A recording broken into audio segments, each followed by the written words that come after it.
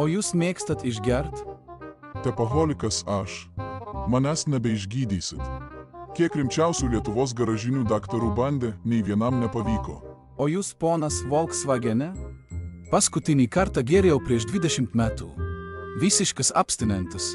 Yra pažymėta ryda, nuo kurios nebegeriu ir neplanuoju vėl pradėti.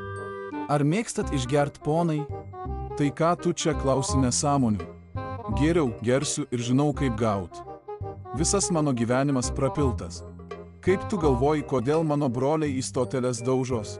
Nes užsipiso gert. O dar kai variklį reikia patikrinti, tai vapšė prarandu viltį gyvent. Pričipuoja pas vasiokus, sportuot pradeda, po to širdys mūsų neatlaiko tokio sportavimo. Pas daktarų pasitikrint nuvažiuoji, tai nurašo ant šroto. O jūs? Ką aš žinau, ble? Ką aš galvoju, aš viską žinau, ble? Kas aš toks, kad aš viską žinočiau, ble? Sveiki, matau, čia jūs labai rimtai atrodot. Ar mėgstate išgerti savo gyvenime?